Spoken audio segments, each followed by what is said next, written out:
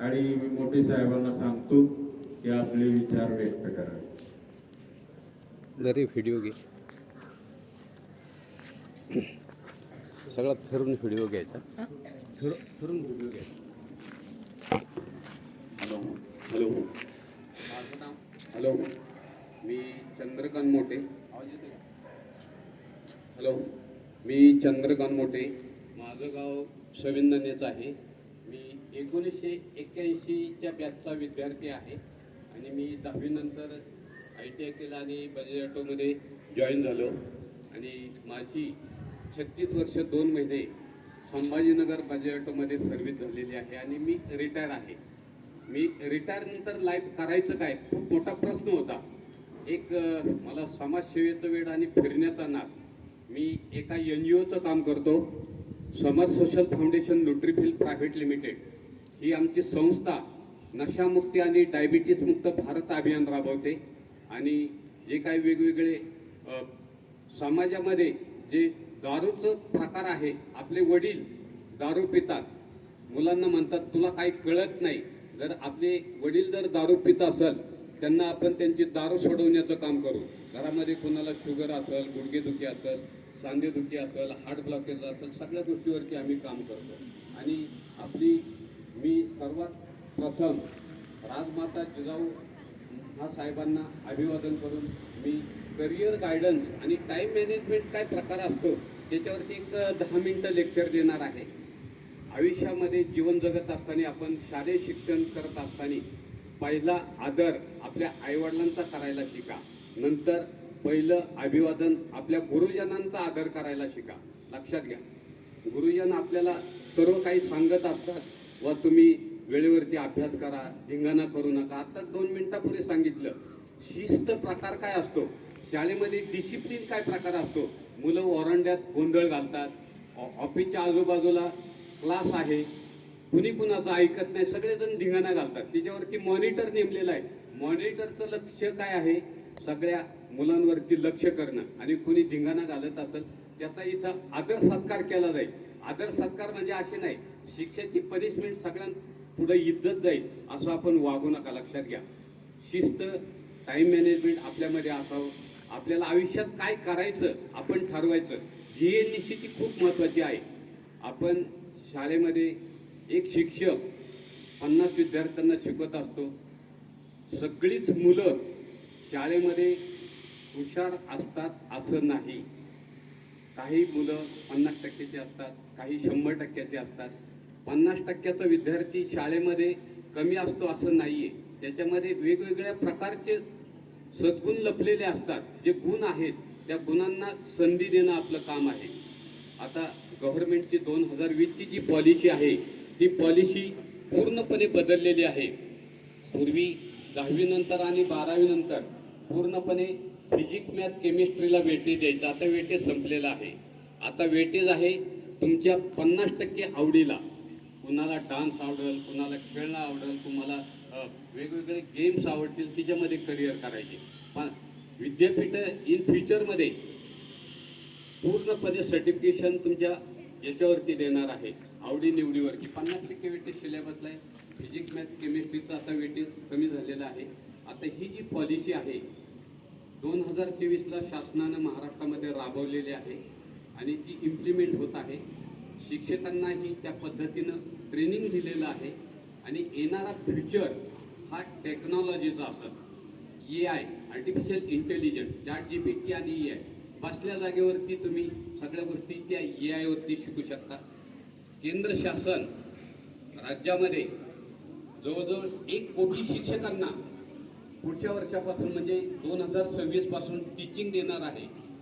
3री पासून AIचं लर्निंग चालू होणार आहे. हा देश बदलतोय, काळ बदलतोय.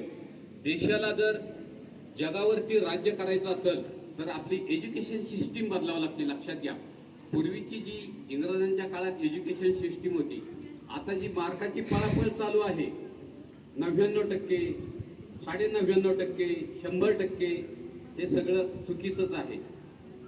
मार्काची पळापळ. आपण शिक्षण घेतो कशासाठी? आपलं टार्गेट आहे भविष्यामध्ये आपल्याला चांगली नोकरी लागली पाहिजे, नोकरीसाठी शिकायचं. जरूर शिका तुम्ही. पण आपल्यामध्ये समाजामधून आपण काय घ्यायचं, समाजामधून काय, एखादी गोष्ट तुम्हाला जमत नाही, काही हरकत नाही, तुम्ही निरीक्षण करायला शिका, ऑब्झर्वेशन करा. आपल्यामध्ये सर्वात महत्त्वाचं म्हणजे तुम्ही आळस झटकून टाका. तुमच्यामध्ये जीवन जगत असताना जिद्द, मेहनत, चिकाटी ह्या गोष्टी पाहिजे आणि लाईफमध्ये संयम पाहिजे. आणि टार्गेट एवढं मोठं ठेवा का आपलं भावी आयुष्य उज्ज्वल करायचे. तुम्ही मुलं आणि मुली हे देशाचा आधारस्तंभ आहे, लक्षात घ्या. देशाचं आधारस्तंभ हे सक्षम पाहिजे. एखादी आपण आता ह्या बिल्डिंग बांधलेली आहे, तिचं जर पाय मजबूत नसेल, बिल्डिंग कधी सक्सेसफुल होऊ शकत नाही. तुमच्यामध्ये प्रामाणिकपणा खूप मोठा पाहिजे, लक्षात घ्या. आणि संयमशीलता पाहिजे. प्रामाणिकपणे आयुष्यामध्ये जर तुम्ही जीवन जगत असताना आपण पहिल्या पायरीवरून कधी 10व्या पायरीवर उड्या मारत नाही आणि आयुष्यामध्ये कधीच शॉर्टकट मारायचा नाही. नेहमी खरं बोलायला शिकायचं. जीवनामध्ये प्रारब्ध योग असा आहे का तुम्ही जर प्रामाणिकपणे जीवन जगलं, एकमेकांची स्पर्धा करायची नाही. स्पर्धा आज नाही, 100 वर्षापासून स्पर्धा चालेल. स्पर्धा आपण स्वतःशी करायची, लक्षात घ्या. जर तुम्हाला मुंबईवरून पुण्याला जायचे, 10ची गाडी, तुम्ही जर 10 वाजून 1 मिनिटांनी तिथं पोहोचला, गाडी निघून गेलेली असेल, तुम्ही वेळेमध्ये 5 मिनिटं आधी पोहोचायला पाहिजे.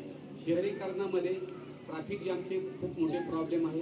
आता ग्रामीण भागामध्ये सुद्धा पूर्वी मुलं पायी यायचे, आता ग्रामीण भागामध्ये जर पाहिलं तर मुलांकडे गाड्या आहेत, 9वी 10वी 12वीची मुलं आहेत, गाड्या आहेत. आई वडील 1-1 लाखाच्या गाड्या मुलांना घेऊन देत आहेत, 10-10 हजाराचे मोबाईल घेऊन देत आहेत. पण तो मोबाईलचा उपयोग तुम्ही चांगला करा. इंटरनेट, पूर्वी ज्या 3 गरजा होत्या, अन्न वस्त्र निवारा, आता मुख्य गरज झालेली आहे इंटरनेट. ही काळाची गरज बदलली, काळ बदलतोय.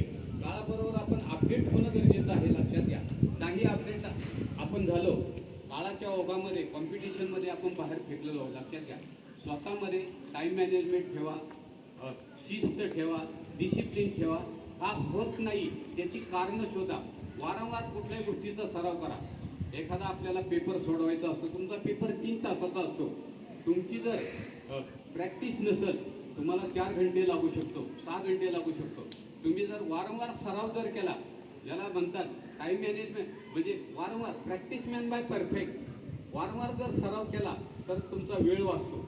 तुमचा 3 तासाचा वेळ जो आहे, तुम्ही शेवटचे 10 मिनिटं आपण लिहिलेला पेपर व्यवस्थित आहे का नाही तो व्यवस्थित चेकअप करा.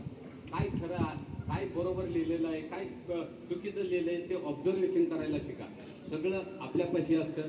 सकाळी उठताना मुलं 10-10 वाजेपर्यंत, 12-12 वाजेपर्यंत त्या मोबाईलमध्ये अडकलेले असतात. व्हॉट्सअप चॅटिंगमध्ये, इंस्टाग्राम, फेसबुक, वेगवेगळे काय काय करत असतात. मोबाईलचा वापर तुम्ही जरूर करा, पण चांगल्या कामासाठी करा. चुकीच्या पद्धतीनं काम करू नका. TV पासून दूर राहा. वेगवेगळी वर्तमानपत्र वाचा. बरेचसं काही आपलं करिअर आपल्या विचारावरती अवलंबून आहे आणि आपल्या कर्मावरती अवलंबून आहे. आपलं टार्गेट 10वी नंतर काय, 12वी नंतर काय, आफ्टर ग्रॅज्युएशन नंतर काय. उद्या कुणाला जर IPS अधिकारी बनायचं असेल, IAS अधिकारी बनायचं असेल, कुणाला चांगला उद्योजक बनायचं असेल, कुणाला चांगला शेतकरी बनायचं असेल, खूप काही आहे. नोकऱ्या हा विषय राहिलेला नाही. आज प्रत्येक व्यक्ती उद्योजकाकडे वळते, लक्षात घ्या. त्यासाठी अनुभव पाहिजे, भांडवल पाहिजे, सगळ्या गोष्टी पाहिजे. नोकरी ही कशासाठी करायची? आपल्याला एक अनुभव येण्यासाठी. नोकरी चाकोरीबद्दल जीवन कसं असतं आणि उद्योजकता स्वातंत्र्य कसं असतं तिच्यावरती अवलंबून असते, लक्षात घ्या. आपण जीवन जगत असताना सगळ्या गोष्टी आपण प्रामाणिकपणे आजचा अभ्यास आजच करायचा, तो उद्यावरती ढकलायचा नाही. कारण सेल्फ स्टडीची सवय लावा. सुरुवातीला एक 10 मिनिटं मेडिटेशन करा. सकाळी उठल्यावरती, संध्याकाळी झोपायच्या वेळेस 10 मिनिटं मेडिटेशन करा. 10 मिनिटं, अर्धा तास, 1 तास, 2 तास सेल्फ स्टडीवरती जास्त भर द्या.